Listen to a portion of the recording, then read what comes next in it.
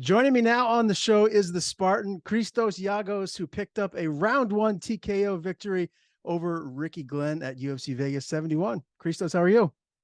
I'm doing great, doing fantastic, and just feeling good. Enjoying the emotions.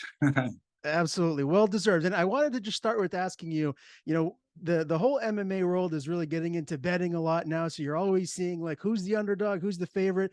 You were actually a small underdog going into this fight. Do you pay attention to that kind of stuff? Does that add a chip on your shoulder going into a fight? Not really. I think if it was like a because I know in the beginning they had him at like a -2 something, but they brought it down. But that kind of annoyed me a little bit. But I knew I was a better athlete. I'm stronger, faster, and I think a little more well rounded. He's pretty well rounded too. But yeah, I think it was just maybe him not. I think just me coming off 2 losses in a row probably messed those up. But I just feel like people don't underestimate me because look at the guys I fought. I yeah, I fought some top quality guys, and I'm a big hitter, and people are about to find out. Yeah, well, there's no doubt about that. You just showed the world again, beating Ricky Glenn this past weekend. You talked to Paul Felder a little bit post the fight inside the cage, and he was asking you, were you trying to utilize your wrestling and show your high level BJJ, but you showcased your stand up skills. Was that more so the game plan, or were you trying to get this into deep waters and show your well rounded skill set? I was prepared for 3 round war. I thought it was going to go that way because he's never been knocked out, but I did feel like I internally and I visualized it, me knocking him out in the first round. But I was ready to go a war, and I was going to mix it up. I wanted to strike. I wanted to draw him in. I wanted him to hit him hard first, to let him know that, like, you better keep your hands up, and then I was going to mix in the wrestling. And then if he gets back up, cool. Like, or if he defends it, cool. I don't mind. I want to mix it up. If you look at the fight, I'm leg kicking, I'm body kick, body punch, changing levels, throwing feints. I just want to make them think as much as they can so that I can hit them. I can take control. And yeah, I just felt like it was a perfect fight.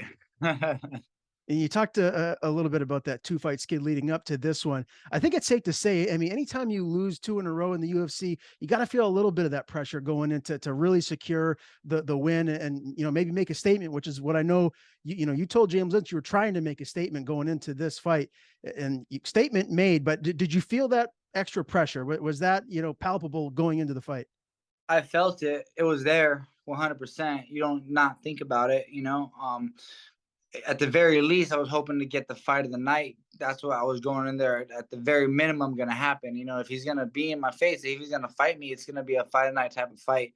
At least if I get the fight of night, maybe I can keep my job a little bit longer, fight out my contract or something. But I definitely wanted to go in there and make some type of statement, whether it was going to be fight of the night, a great show, or make a statement like I did. You mentioned your contract, so that was actually a question I wanted to ask you. What is your current contractual status with the UFC? Um, well, I'm 3 fights into a 4 fight deal, but usually after 3 fights is when the renegotiation starts, and I think this is a good time for me to renegotiate coming off a big win like this. So yeah. 100%, my man. And you got that performance of the night bonus, the 50K. That's always nice. Well, what are you going to do with that money? You just going to stash that aside, or are you going to do something nice for the family? I'm trying to no, no, no, no, no. I'm trying to be smart with my money and invest in some. I want to buy some more real estate. That's my number one option. We do got to fix our kitchen, and we are going on a honeymoon at the end of August. So, but yeah, I want to invest or at least put a lot of it away. Obviously, you got taxes and all that too. So, yeah, I just want to be smart with my money, and because I can't fight forever, and I'm not gonna be making checks like this my whole life. I got like maybe 5 to 7 years left. Who knows? So yeah, I just want to be smart with all the money I make and make good decisions. No, for sure. That's the intelligent way to go. Yeah. Well, congratulations on the upcoming honeymoon and all that. Where are you guys going for your honeymoon? Have you made that decision? Where would you guess? Probably back home, right? Greece. Yeah. Okay. Fair enough, my man. And so obviously that's in August. So you got a ways before that comes, around. Are you hoping to fight again before then? Well, since I have no injuries and I'm in shape, I would love to squeeze another one in. Just can't do anything in May. Or the beginning of June. So end of June, July, or early August is ideal. July would probably be the most ideal, but obviously, you don't get to pick everything. But I don't want to go back to the Apex. I did 3 fights in a row at the Apex. I think I earned my shot with the crowd again. Last time I was in the crowd, I got another bonus. So I wanna. I love fighting in front of fans. It fires me up. So yeah, I hopefully get to do it with some fans this time. What about International Fight Week? That's in early July, and that card is stacked. Ooh, I never fought an international fight week. That'd be awesome. I think that'd be the perfect opportunity to be on. Maybe I'm gonna talk about management sometime today or tomorrow. So we'll get the ball rolling and see what's going on.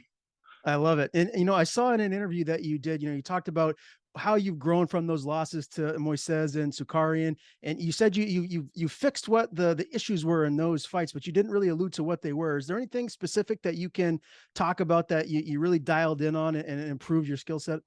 Yes. So I got 30 fights in the game, so I have a bit of experience, and I know that. I mean, I know it more now after this last win, 30 fights later, but you fight how you practice at the end of the day. Maybe a little bit different, but if you're practicing a certain way, I feel like you take that into the fight. And I took the Armin fight as like I was still in California, like we're not even moved yet, but I took the fight, and then I drive, we move, we got no furniture, no nothing. Probably not the best time to take a fight. I just joined a new gym, trying to adapt, and I found myself just trying to survive practice. It was so hard to keep up with all the killers and everything. I'm not used to that, you know what I mean? I'm used to going with killers, but not like to the level where I'm at now. And I didn't know how much of a difference it was gonna be. I'm a tough dude. I thought I'd be okay, but I couldn't submit nobody. I couldn't find my groove. I was just catching myself surviving practice. And I think I took down the fight. I was a little conservative in the Armin fight. And then I fight Mr. Moises. That was a little better over camp. I felt like I was still playing it safe, but I was attacking a little bit more. Obviously, I didn't get to show any of that in the fight, but I did bust him open with the punch I did land. But anyway, this camp, I've improved a lot. I'm submitting a lot of people now. I'm winning rounds, and the whole camp, Coach Greg is like, be in control, break your opponents. So I was like, all right, I'm gonna start breaking my opponents. So I came more of the aggressor in practice, and not just trying to coast, but trying to dominate. And I took that in this fight, and I think it really showed. I started fast. I didn't even have a fill out process. I was aggressive. I was attacking, and I felt like that was a big difference. So I think I'm finally figuring everything out. Because changing gyms was a lot harder than I thought it was gonna be. So, because I've switched gyms around kind of in the past, but not to this extent.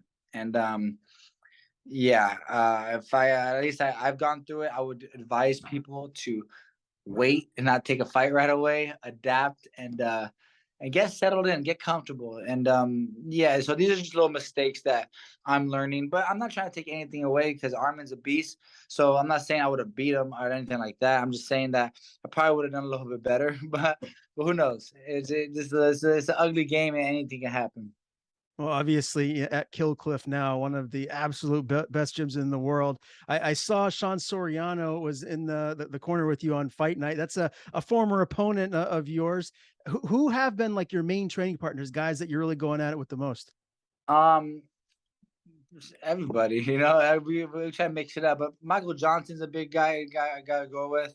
Jared Gordon, a couple of young cats that are my weight, in like the PFL or like Challenger Series kind of guys. Um, and Evan Elder, he's always one of my funnest rounds because he brings the heat. You know what I mean? It's always gonna be a hard round with him. So, and then it's pretty much. I mean, I haven't got to go with Gilbert too much, but I've gone with his brother a lot, Herbert Burns. But he's been on recovery lately, and yeah, it always changes. You know what I mean? But there's just certain Michael Chandler. I love going and getting work with him when I can. So yeah, just whoever, to be honest. Yeah, everybody you go with at that gym is gonna be a tough round though. That's the thing. Yeah, there's no doubt about that. I mean, just so many high level fighters at Kill Cliff. You mentioned Chandler, so I wanted to get your take on a couple of fights here in the lightweight division that are around the corner. Chandler Connor, obviously, and I mean, we know how monster of an event that is, especially anytime that Connor fights. It's like the whole world tunes in. How do you see that fight playing out? Like when you look at it objectively, how do you see the fight ending? Do you think it goes the distance, or do you think one of them's getting clipped? I think one of them is getting clipped. Michael Chandler hits hard, as you can see. And he could have put Dustin away when he had him against the cage. He he's a knockout guy, and he's entertaining. So I think one of them is going down. I know that Chandler's been a little bit of chinny his past couple of fights. Connor hits hard, but I think it all depends who comes in more mentally ready at the end of the day. We've seen Connor, like a lot of the fights that he's lost, it's almost like his cardio just goes down and down and down. Do you feel like with Chandler just having endless cardio, just going in there attack after attack, that could be the difference in the fight? Absolutely, and that's why I think Chandler can win. I think that if Connor's best shot is in the first round, and if it goes past that, I think Chandler could take over. All right. Oliveira Dariush, who gets their hand raised in that one? I'm gonna go with Benil. He's on a big streak right now. He's hungry, and he surprised me in that last fight with Gamrat. I didn't even know he was that good. I knew he was good, but I didn't know he was that good. So I'm gonna go with Benil. I think he's a little hungrier. Charles is fantastic. One of the best to ever do it. But I think he's the type of guy you can break if you can. He'll break if you put the pressure on him. And that's I think what Islam did. I think he broke. I think he was done before he even got in the cage with Islam. So I'm gonna go with Benil. And Christos, you were right on the cusp of breaking into that top 15. You were right there, man. How far away do you think you are now? Do you got to string together a couple more wins before we can have that discussion? Or do you think another big win and maybe you're right there? I don't know. Maybe another big win. Maybe my next fight. Who knows? I know I'm good enough to compete with these guys. I just got to put it together like I did this past weekend. Like I said, Ricky fought two guys who were in the top 15 at the time. They couldn't finish him. So yeah, I'm a finisher. So and I feel like I finally found the groove. So I feel like I'm gonna be in the top 15 by the end of the year or next year for sure. All right, last thing for me. We've already talked a little bit about the time frame. You're healthy, you're ready to get back in there. Is there an opponent that you think makes sense? Someone that you feel like would be a good dance partner? Anybody, it don't matter. I never like to. I don't really care to single people out. I feel like every fight's dangerous. Every fight's gonna be tough. I would like to. I would if I can choose. I'd like to go with the striker maybe. Or I feel like I got with a lot of grapplers. Gilbert Burns, Charles Oliveira, Armin, freaking put Thiago Moises. Like, let me get some strikers now. You guys want some excitement? Excitement? Let's go. Look what happened last fight. So, and then it'd be cool. Like I like going into fights knowing I can use my wrestling. And but even if I go with the black belt now, I'm gonna use my wrestling because I got good jiu-jitsu and I just gotta trust it a little more. I gotta stop giving the opponents too much power. So yeah, it don't really matter who they give me. But if I could choose, probably just a striker, if that. Okay, very good, man. Well, I can't wait to see you back in there. Again, congrats over the big win over Ricky Glenn. Again, that was UFC Vegas 71, a round one TKO victory for the Spartan. I appreciate the time today, man. Awesome interviewing you for the first time. Before we do sign off, I want to give you the floor. Please tell people where they can follow you on social media. If you have anyone to thank, the floor is yours. I only use Instagram. So I mean, I got my Facebook and Twitter linked to it, but I use Instagram.